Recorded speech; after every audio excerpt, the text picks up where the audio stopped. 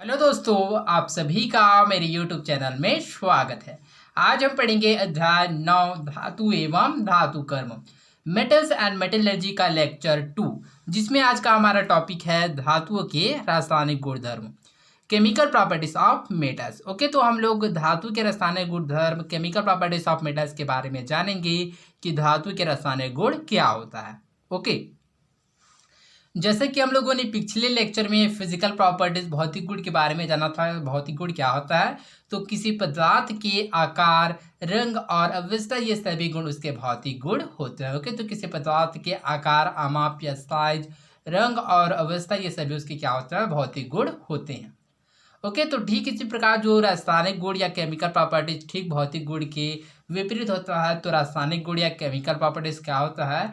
तो वे गुण जो यह बताते हैं कि कोई वस्तु या पदार्थ किसी रासायनिक अभिक्रिया में कैसा व्यवहार करती है, वह रासायनिक गुण या केमिकल प्रॉपर्टीज कहलाता है। ओके, तो रासायनिक गुण या केमिकल प्रॉपर्टीज किसे कहते हैं? तो वह गुण जो यह बताते हैं कि कोई वस्तु या पदार्थ किसी रासायनिक अभिक्रिया में कैसा व्यवहार करती है, अर्थात उसका व्यवहार क्या है, वह रासायनिक गुण या केमिकल प्रॉपर्टीज कहलाता है। ओके, तो चलिए इस टॉपिक में आगे बढ़ते हैं और समझते हैं कि रासायनिक गुण या केमिकल प्रॉपर्टीज में किस प्रकार से वह व्यवहार प्रदर्शित करता है। ओके, सारणी 2 सक्रियता श्रेणी। ओके, तो आप लोग सारणी 2 सक्रियता श्रेणी में याद रखना कि किस प्रकार से जो एलिमेंट्स होते हैं, अर्थात जो मेटल एलिमेंट्स अर्थात जो धातु होते हैं, उसको किस प्रकार से क्या है व्यवस्थित किया गया है। ओके, तो जैसे कि यहाँ पर देख सकते हैं कि सबसे अधिक क्रिया अभिक्रियाशील, और यहाँ पर है घटती अभिक्रियाशीलता एवं सबसे कम अभिक्रियाशील। ओके, तो इसमें क्या है, जो एलिमेंट्स जो तत्व है उसको क्या है, घटती अभिक्रियाशीलता के क्रम में व्यवस्थित किया गया। ओके, जैसे कि यहाँ पर lithium, potassium, sodium, calcium, magnesium, aluminium, zinc, chromium, iron, tin, lead, hydrogen, copper, mercury, silver, gold और प्लैटिनम। ओके, तो इस प्रकार से क्या है, जो एलिमेंट्स है उसको व्यवस्थित किया गया। ओके, तो इसका जो क्रियाशीलता वह घटते जाता है। ओके, तो सबसे कम क्रियाशील कौन है? प्लेटिनम। और सबसे अधिक अभिक्रियाशील कौन है? तो वह है लिथियम। ओके, तो चलिए आगे बढ़ते हैं, धातुओं के रासायनिक गुणधर्म, केमिकल प्रॉपर्टीज ऑफ मेटल के बारे में समझते हैं। ओके, धातुओं का वायु में दहन करने से क्या होता है? ओके, तो चलिए समझते हैं कि धातुओं का वायु में दहन अर्थात जलाने से क्या होता है। अधिक सक्रिय धातुएं जैसे सोडियम, पोटेशियम तथा लिथियम ऑक्सीजन के साथ शीघ्रता से क्रिया करती है। ओके, तो जैसे कि हम लोगों ने सक्रियता सारणी में जाना था कि कौन कौन से जो धातु है क्या अधिक क्रियाशील होता है और कौन कौन से कम क्रियाशीलता होता है। तो इसी प्रकार जो सक्रिय धातु जैसे कि सोडियम, पोटेशियम एवं लिथियम ऑक्सीजन के साथ क्रिया करके शीघ्रता से क्रिया करता है। खुले में रखने पर यह हवा की ऑक्सीजन से अभिक्रिया कर ऑक्साइड बनाते हैं। ओके, तो सोडियम, पोटेशियम एवं लिथियम को यदि खुले में रख दिया जाए तो क्या करता है, हवा की ऑक्सीजन से अभिक्रिया करके ऑक्साइड बनाता है। इसलिए इनका ऑक्सीजन से संपर्क रोकने के लिए इन्हें केरोसिन में रखा जाता है। ओके, तो इसलिए इसको क्या है, ऑक्सीजन से संपर्क रोकने के लिए इन्हें केरोसिन में रखा जाता है। ओके, तो केरोसिन जैसे कि मिट्टी तेल है उसी को बोला जाता है केरोसिन। ओके, तो आप लोग इसमें याद रखिएगा कि जो सोडियम, पोटेशियम तथा लिथियम को केरोसिन में क्यों रखा जाता है। ओके, तो सोडियम, पोटेशियम तथा लिथियम को यदि खुले में रखते हैं तो वह हवा के ऑक्सीजन से मिल करके ऑक्साइड बनाता है। इसलिए इनको ऑक्सीजन से संपर्क रोकने के लिए केरोसिन में रखा जाता है। ओके, सोडियम तथा पोटेशियम के ऑक्साइड जल में घुलकर क्षार बनाते हैं। ओके, तो सोडियम तथा पोटेशियम के जो ऑक्साइड होता है वह जल में घुलकर क्या बनाता है, वह क्षार बनाता है। जैसे कि यहाँ पर सोडियम है ऑक्सीजन के साथ लेकर के क्या बनाता है, Na2 बनाता है, Na2 वो बनाता है सोडियम ऑक्साइड बनाता है। और उसके पश्चात जो सोडियम है अर्थात वह सोडियम का जो ऑक्साइड है वह जल में घुलकर NaOH अर्थात सोडियम हाइड्रोक्साइड अर्थात क्षार बनाता है। ओके, पोटेशियम के साथ होने वाली अभिक्रिया का संतुलित समीकरण लिखिए। ओके, तो चलिए पोटेशियम के साथ इसका अभिक्रिया लिखते हैं। तो जैसे कि यहाँ पर जो पोटेशियम होता है, यहाँ पर यहाँ पर पोटेशियम किसके साथ क्रिया करता है, ऑक्सीजन के साथ क्रिया करके क्या बनाता है, पोटेशियम ऑक्साइड बनाता है। पोटेशियम ऑक्साइड क्या बना, K2O।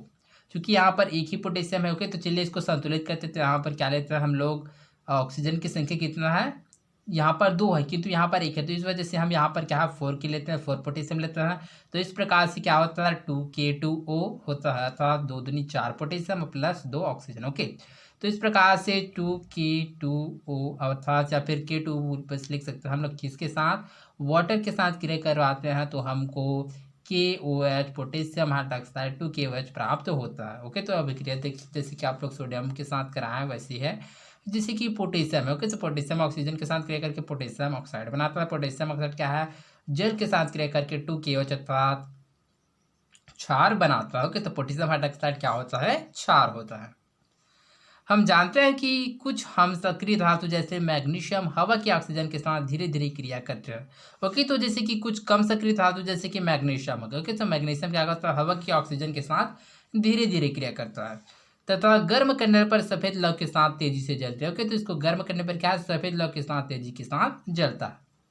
इसी गुणधर्म के कारण मैग्नीशियम का उपयोग आतिशबाजी में किया जाता है। ओके, तो इसमें आप लोग याद रखिएगा कि जो मैग्नीशियम का उपयोग आतिशबाजी में क्यों किया जाता है, तो इसमें आप लोग याद रखिएगा कि जो मैग्नीशियम है वह हवा के ऑक्सीजन के साथ धीरे धीरे क्रिया करता है तथा गर्म करने पर सफेद लौ के साथ तेजी से जलता है। इसी गुण के कारण मैग्नीशियम का उपयोग आतिशबाजी में किया जाता है। ओके, तो आई होप आप लोगों को समझ आया होगा। ओके, तो जैसे कि यहाँ पर क्रियाकलाप 3 दिया गया है, तो आई होप आप लोगों ने क्रियाकलाप 3 को आप लोगों ने स्कूलों में किया होगा, तो इसलिए इस क्रियाकलाप को मैं नहीं बता रहा हूँ। चलिए आगे बढ़ते हैं। प्रश्न। ओके, तो चलिए देखते हैं यहाँ पर कुछ प्रश्न दिया गया है।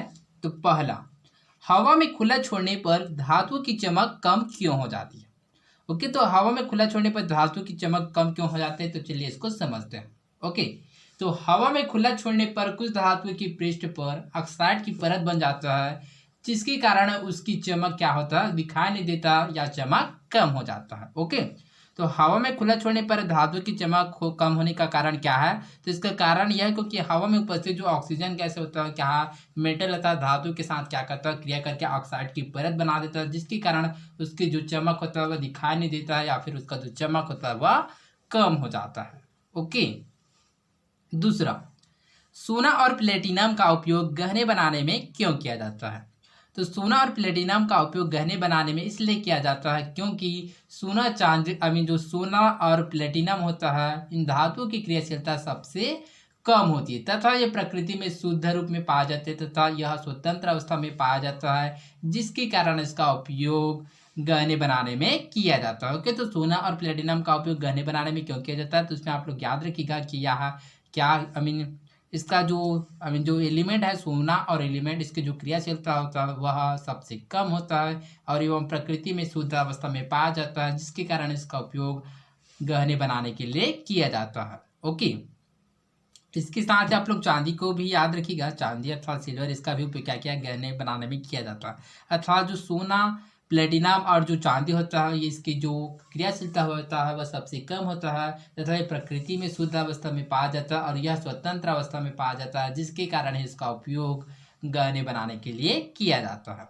ओके, तीसरा, लेड मैग्नीशियम एल्यूमिनियम धातु की ऑक्सीजन से अभिक्रिया का समीकरण लिखें। ओके, तो चलिए इसको आंसर को समझते हैं कि लेड मैग्नीशियम एल्यूमिनियम धातु की ऑक्सीजन से अभिक्रिया का समीकरण लिखें। ओके, तो हमको लेड मैग्नीशियम एवं एल्यूमिनियम क्या क्या है, ऑक्सीजन से किस प्रकार से अभिक्रिया करता है, उसका समीकरण को हमको लिखना। ओके, तो चलिए सबसे पहले इसको किससे प्रदर्शित करता है, जैसे कि लेड को Pb के द्वारा प्रदर्शित किया जाता है, मैग्नीशियम को Mg के द्वारा प्रदर्शित किया जाता है और जो एल्यूमिनियम है उसको Al के द्वारा प्रदर्शित किया जाता है। ओके, तो इसकी क्रिया किसके साथ, ऑक्सीजन के साथ कराते हैं। ओके, तो चलिए इसकी क्रिया ऑक्सीजन के साथ कराते हैं। ओके, तो जैसे कि लेड होता है वह ऑक्सीजन के साथ क्रिया करके क्या बनाता है, लेड ऑक्साइड बनाता है, PbO2। ओके, इसका नाम क्या है, लेड ऑक्साइड। ठीक इसी प्रकार जो मैग्नीशियम होता है ऑक्सीजन के साथ क्रिया करता है, तो मैग्नीशियम किसके साथ करता है, ऑक्सीजन के साथ क्रिया करता है, तो क्या बनाता है, मैग्नीशियम ऑक्साइड बनाता है, MgO बनाता है। ओके, चूंकि यहाँ पर जो ऑक्सीजन की संख्या क्या है, तो 2 है, यहाँ पर 1 है, तो चलिए इस अभिक्रिया को क्या करते हैं, संतुलित करते हैं। तो यहाँ पर हम लोग मैग्नीशियम 2 लेते हैं, तो 2 मैग्नीशियम, यहाँ पर जो ऑक्सीजन की संख्या कितने लेते हैं, 2 लेते हैं। ओके, तो इस प्रकार से क्या होगा, तो 2MgO मैग्नीशियम ऑक्साइड। ओके, ठीक इसी प्रकार जो एल्यूमिनियम है ऑक्सीजन के साथ क्रिया करता है, ऑक्सीजन के साथ क्रिया करके एल्यूमिनियम ऑक्साइड बनाता है, Al2O3। ये क्या है, एल्यूमिनियम ऑक्साइड। ओके, तो जैसे कि यहाँ पर एल्यूमिनियम कितना है, 1 है, यहाँ पर एल्यूमिनियम की संख्या 2 है, ऑक्सीजन की संख्या यहाँ पर 2 है, यहाँ पर 3 है।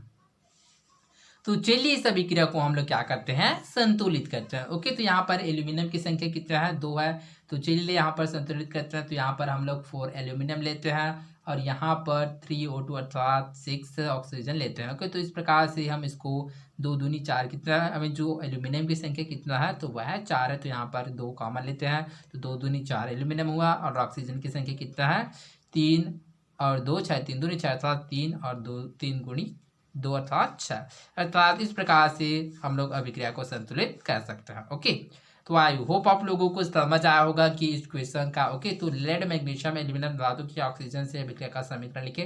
तो यहाँ पर लेड ऑक्सीजन के साथ क्रिया करके लेड ऑक्साइड बनाता है, मैग्नीशियम ऑक्सीजन के साथ क्रिया करके मैग्नीशियम ऑक्साइड बनाता है। ठीक इसी प्रकार एल्यूमिनियम ऑक्सीजन के साथ क्रिया करके एल्यूमिनियम ऑक्साइड बनाता है।